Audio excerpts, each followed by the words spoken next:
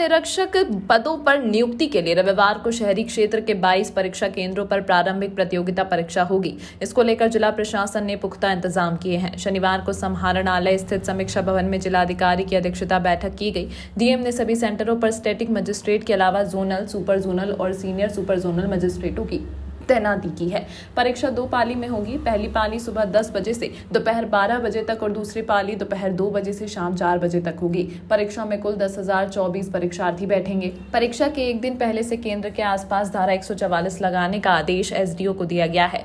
DM ने Bihar police अवर सेवा आयोग द्वारा जारी दिशा निर्देश से सभी दंडाधिकारियों को अवगत कराते हुए निर्देश दिया है। डीएम सुब्रत कुमार सैन ने बताया कि पुलिस अवर निरीक्षक दरोगा की परीक्षा रविवार को होनी है, जिसको लेकर अधिकारियों को दिशा निर्देश दे दिए गए हैं। 22 केंद्रों पर करीब 10,000 अभ्यर्थी परीक्षा में शामिल होंगे। इसको लेकर हम लोग पुख्ता इंतजाम कर रहे हैं। परीक्षा शांति सद्भाव में हो, इसको लेकर अधिकारियों को दिशा निर्देश दे दिए गए हैं। वहीं एसएसपी आनंद कुमार ने बताया कि परीक्षा केंद्रों पर पुलिस बल की तैनाती कर दी गई है। एसडीपीओ, एसडीओ मॉनिटरिंग करते रहेंगे। इसके अलावा परीक्षा शांतिपूर्ण हो, हम लोग मॉनिटरिंग करते रहेंगे। अवर सेवा आयोग, पुलिस अवर सेवा आयोग के तत्वाधान में एक परीक्षा है, सब इंस्पेक्टर एंट्रेंस एग्जाम है और उसमें सभी केंद्रों पे पुलिस बल की तैनाती रहेगी और जोनल मजिस्ट्रेट के साथ पुलिस पदाधिकारी रहेंगे। एसडीओ, एसडीपीओ लगातार सभी केंद्रों पे भ्रमणशील रहेंगे और हम लोग परीक्षा पारदर्शी तरीके से, शांतिपूर्ण तरीके से संपन्न करा लेंगे। अवर सेवा आयोग की जो सब इंस्पेक्टर्स की परीक्षा होती है पुलिस की, उसको लेकर के ब्रीफिंग थी। सारे केंद्राधीक्षक, स्टैटिक मजिस्ट्रेट जो प्रेक्षक की भी भूमिका में रहेंगे।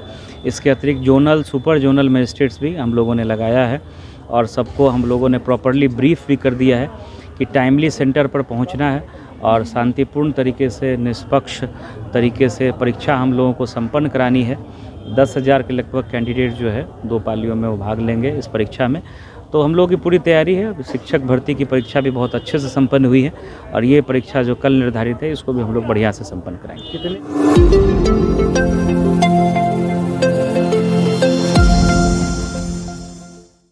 भागलपुर में शनिवार को यात्रियों से भरी बस बेकाबू होकर गड्ढे में घुस गई। हालांकि बस में सवार सभी यात्री सुरक्षित हैं। बस चालक को अचानक लकवा मार दिया, इसी वजह से हादसा हुआ। घटना परबत्ता थाना क्षेत्र स्थित जगतपुर झील के पास की है। प्राप्त जानकारी के अनुसार बस तेज रफ्तार से आ रही थी। अचानक बस चालक को लकवा मार गया, जिससे वह बेकाबू हो गया। चालक बस को काफी कंट्रोल करने की कोशिश कर रहा था, लेकिन बस 20 फीट खाई में जा घुसी। हालांकि इस घटना में बस पर सवार किसी भी यात्री के चोटिल या घायल होने की कोई सूचना नहीं है। सभी भागलपुर से बेगूसराय की तरफ जा रहे थे। घटना के बाद स्थानीय लोगों ने चालक का आनन फानन में स्थानीय अस्पताल में भर्ती कराया। इधर घटना की जानकारी लोगों ने पुलिस को दी। उजला कलर के जगदम्बे बस भागलपुर से बेगूसराय जा रही थी। बस नवगछिया के जगतपुर झील होते हुए जा रही थी। इसी दौरान हादसा हुआ। इस पूरी घटनाक्रम में बस चालक ने बड़ी सूझबूझ से गाड़ी में सवार यात्रियों को कुछ भी नहीं होने दिया। बस में सवार 2 दर्जन से अधिक यात्री सुरक्षित बाहर निकाले गए हैं। स्थानीय लोगों ने बताया है कि घटना की जानकारी के बाद सैकड़ों की तादाद में लोगों की भीड़ इकट्ठा हो गई है। बस में फंसे यात्रियों को निकालने में राहगीरों ने भी काफी मदद की। 10 मिनट के अंदर सभी राहगीरों को बस से निकाल दिया गया। किसी राहगीर को कुछ नहीं हुआ है। बस चालक को स्थानीय लोगों ने स्थानीय अस्पताल में भर्ती कराया गया, जहां पर उसका इलाज चल रहा है। घटना की जानकारी मिलने के बाद परबत्ता पुलिस मौके पर पहुंची। तब तक यात्रियों को बस से बाहर निकाल लिया गया था। पुलिस ने बताया कि अचानक ड्राइवर को पैरालिसिस मार गया। ड्राइवर ने बस को नियंत्रण में लेकर धीरे धीरे रोड के किनारे किया, लेकिन बस गड्ढे में जा घुसी। सभी लोग सुरक्षित हैं। ड्राइवर को अस्पताल में भर्ती कराया गया। वहीं सभी लोग अपने गंतव्य स्थान की ओर रवाना हो गए हैं। क्रेन की मदद से बस को बाहर निकाला जा रहा है।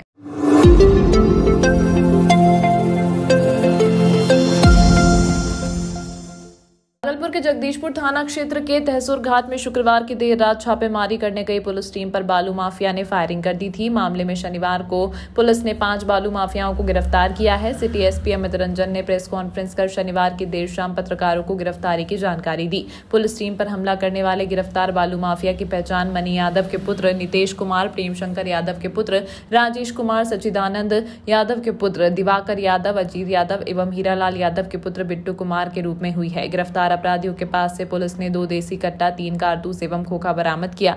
सिटी एसपी अमित रंजन ने बताया कि शुक्रवार की देर रात बालू के अवैध खनन व परिवहन की जानकारी के बाद जगदीशपुर थाना अध्यक्ष रंजीत कुमार अपने दलबल के साथ तहसूर घाट पर छापेमारी करने के लिए पहुंची थी, जहां पर पुलिस को देख बालू माफिया ने फायरिंग शुरू कर दी। जवाबी कार्रवाई में पुलिस ने भी 5-6 राउंड हवाई फायरिंग किया, जिसके बाद मौके से बालू माफिया ने अंधेरे का फायदा उठाकर भाग निकले।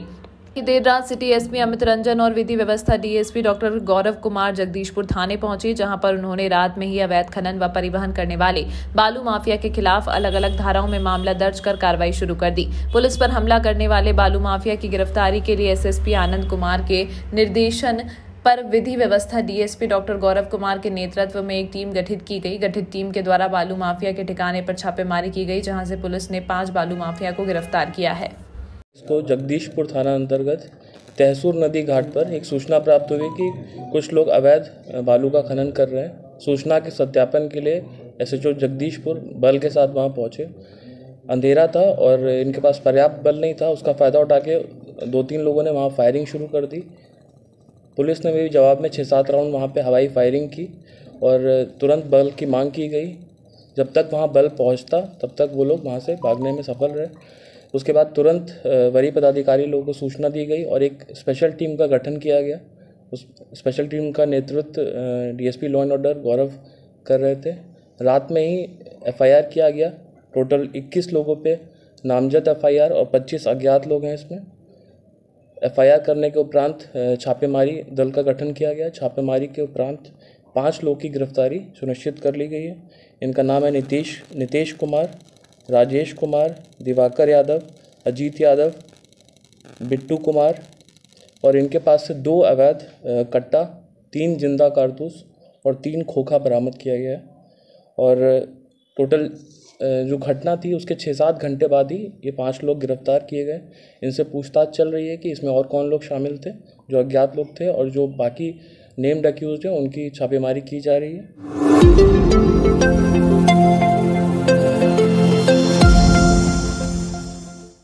के नाथनगर थाना क्षेत्र के पुरानी सराय मोड़ के समीप शुक्रवार की देर रात बाइक सवार बदमाशों ने हथियार के बल पर 2 युवक से लूटपाट की घटना को अंजाम दिया था। लूटपाट का विरोध करने पर बदमाशों ने दोनों युवकों की पिटाई भी की थी। हालांकि घटना में घायल दोनों युवक किसी तरह नाथनगर थाने में पहुंचकर पुलिसकर्मियों को आपबीती बताई, जिसके बाद नाथनगर थाना अध्यक्ष ने त्वरित कार्रवाई करते हुए घटनास्थल पर छापेमारी भी की, लेकिन बदमाश मौके से भाग खड़े हुए थे। इधर घटना में घायल युवकों को नाथनगर पुलिस के द्वारा रेफरल अस्पताल में भर्ती कराया गया, जहाँ पर उनका इलाज कराया गया। इधर एसएसपी आनंद कुमार के निर्देश के बाद सिटी डीएसपी के नेतृत्व में एक टीम का गठन किया गया। गठित टीम के द्वारा घायल युवक की निशानदेही पर अपराधियों विरुद्ध छापेमारी की। पुलिस ने घटना में शामिल एक अपराधी को गिरफ्तार किया। गिरफ्तार अपराधी के पास से पुलिस ने लूट लिए रियलमी कंपनी के एक एंड्रॉइड मोबाइल को भी बरामद किया।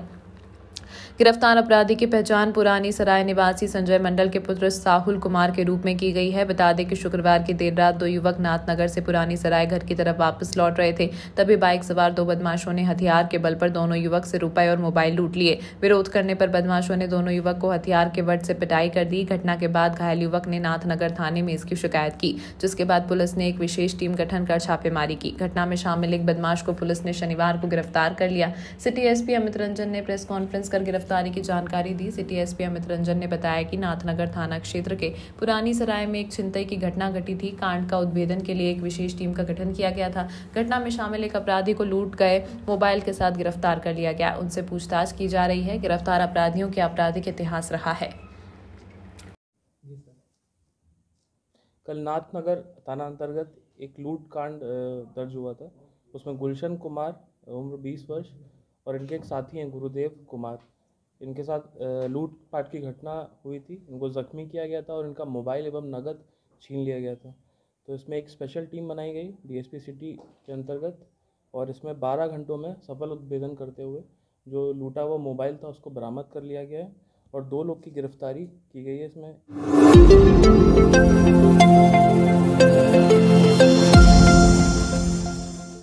जिला अंतर्गत सुल्तानगंज के कृष्णानंद स्टेडियम में रह रहे बंजारन समाज के अध्यक्ष बासु मंडल ने बताया कि 12 दिसंबर को हमारे बंजारन समाज के 20 लोगों का शादी समारोह था, जो देर रात में बारात घुमाते हुए कृष्णानंद स्टेडियम में शादी समारोह में ऑर्केस्ट्रा प्रोग्राम में कलकत्ता से आए हुए कलाकारों के द्वारा कार्यक्रम होने पर कलाकारों के द्वारा हथियार घुमाने का वीडियो वायरल हुआ है, जो असली या नकली है हमें नहीं पता। और पुलिस प्रशासन के द्वारा 3 पुलिसकर्मियों की भी ड्यूटी थी, लेकिन पुलिस प्रशासन द्वारा मुझे हथियार के मामले में झूठे केस में करते हुए प्रताड़ित किया जा रहा है, जिसमें हमारे 15 बंजारन समाज के जोड़ों का शादी पुलिस प्रशासन द्वारा रुकवा दी गई, जिससे हमारे 2 लाख रुपए का भी नुकसान हुआ और सभी बंजारन जिनकी शादी नहीं हुई है उन परिवार के लोग रो रहे हैं, जिससे सभी लोग प्रशासन के द्वारा गलत केस में फंसाने पर सभी पुलिस प्रशासन से नाराजगी जता रहे हैं।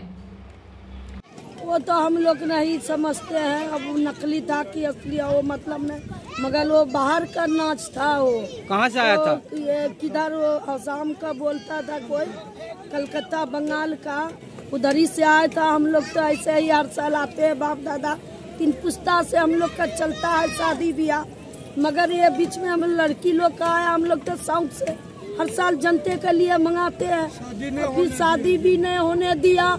और बीच में देखो वो नाच वाले क्या था, उसका हाथ में नहीं था, वो हम लोग का मालूम नहीं है। तो सर हथियार हथियार था कि अब नकली था कि असली था, वो समझ नहीं आया, कोई नहीं जानता है। मगर वो लड़की आया था बाहर का, वही दिखाया, कैसे क्या वो हम लोग का मालूम नहीं, हम लोग नहीं जानते।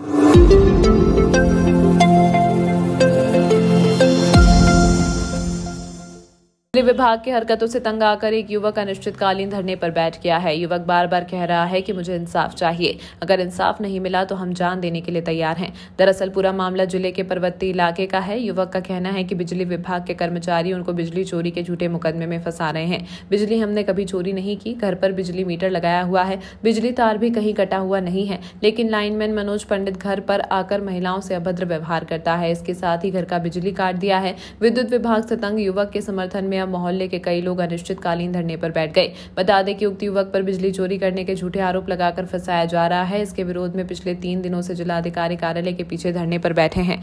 अधिकारियों को भी लिखित शिकायत की है। अनिश्चितकालीन धरने पर बैठे लोगों का आरोप है कि बिजली मैन मनोज पंडित पैसे की डिमांड करता है। यही नहीं, घर की महिलाओं के साथ भी अभद्र भाषा का प्रयोग करता है, जिसके खिलाफ हम लोग विरोध कर रहे हैं। उन्होंने आगे बताया कि मनोज पंडित पूरे क्षेत्र में अनाप शनाप पैसे का डिमांड कर दहशत फैला रहा है, जिससे हम लोग परेशान हैं। पर्वती मोहल्ले के रहने वाले के घर से विद्युत विभाग के अधिकारियों ने न सिर्फ बिजली काटी बल्कि मीटर को भी जब्त कर लिया। मुन्ना शाह पर बिजली चोरी करने का आरोप लगाया गया। हालांकि वह खुद को निर्दोष बता रहे हैं। धरने पर बैठकर न्याय की भीख मांग रहे हैं। बार बार यही कह रहे हैं कि मुझे इंसाफ चाहिए। वह आटा चक्की का मशीन चलाकर अपने घर का भरण पोषण करता था, लेकिन बिजली नहीं रहने के कारण पिछले 3 दिनों से कमाई का कोई साधन नहीं बचा है।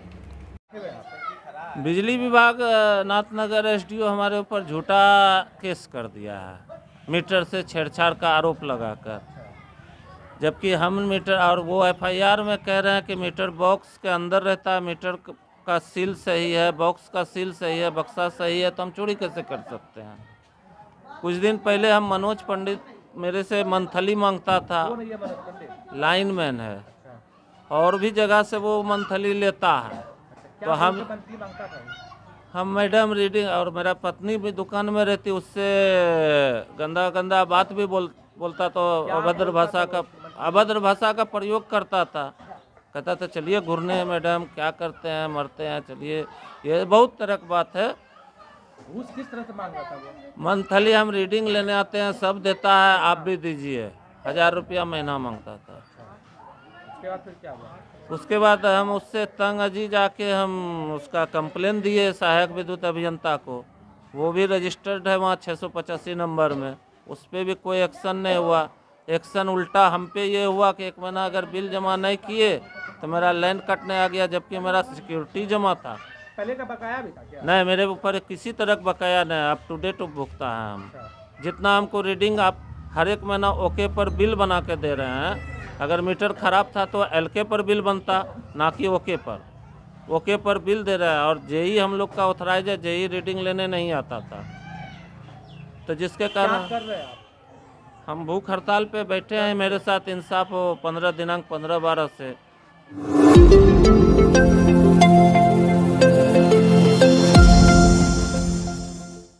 विकसित भारत वर्ष बनाने के लिए प्रधानमंत्री योजना के बारे में पूरे देश में मुहिम चलाई जा रही है। प्रधानमंत्री के तहत कई योजनाएं चलाई जा रही हैं, जिसकी जानकारी जनता को अभी भी पूर्ण रूप से नहीं है। उसको जागरूक करने के लिए देश के हर कोने में जागरूकता कार्यक्रम कराया जा रहा है और साथ ही लोगों को जागरूक करते हुए रजिस्ट्रेशन भी कराया जा रहा है। चाहे वह प्रधानमंत्री आवास योजना हो, प्रधानमंत्री पेंशन योजना, आयुष्मान भारत योजना या फिर कई अन्य प्रधानमंत्री से जुड़ी योजना हो, लोगों तक पहुंचे और देश विकासशील बने। इस उद्देश्य से ऐसे कार्यक्रम को चलाया जा रहा है। इसी बाबत आज का यह कार्यक्रम भागलपुर के तिलका मांझी चौक पर आयोजित किया गया, जिसमें सैकड़ों लोगों ने हिस्सा लिया।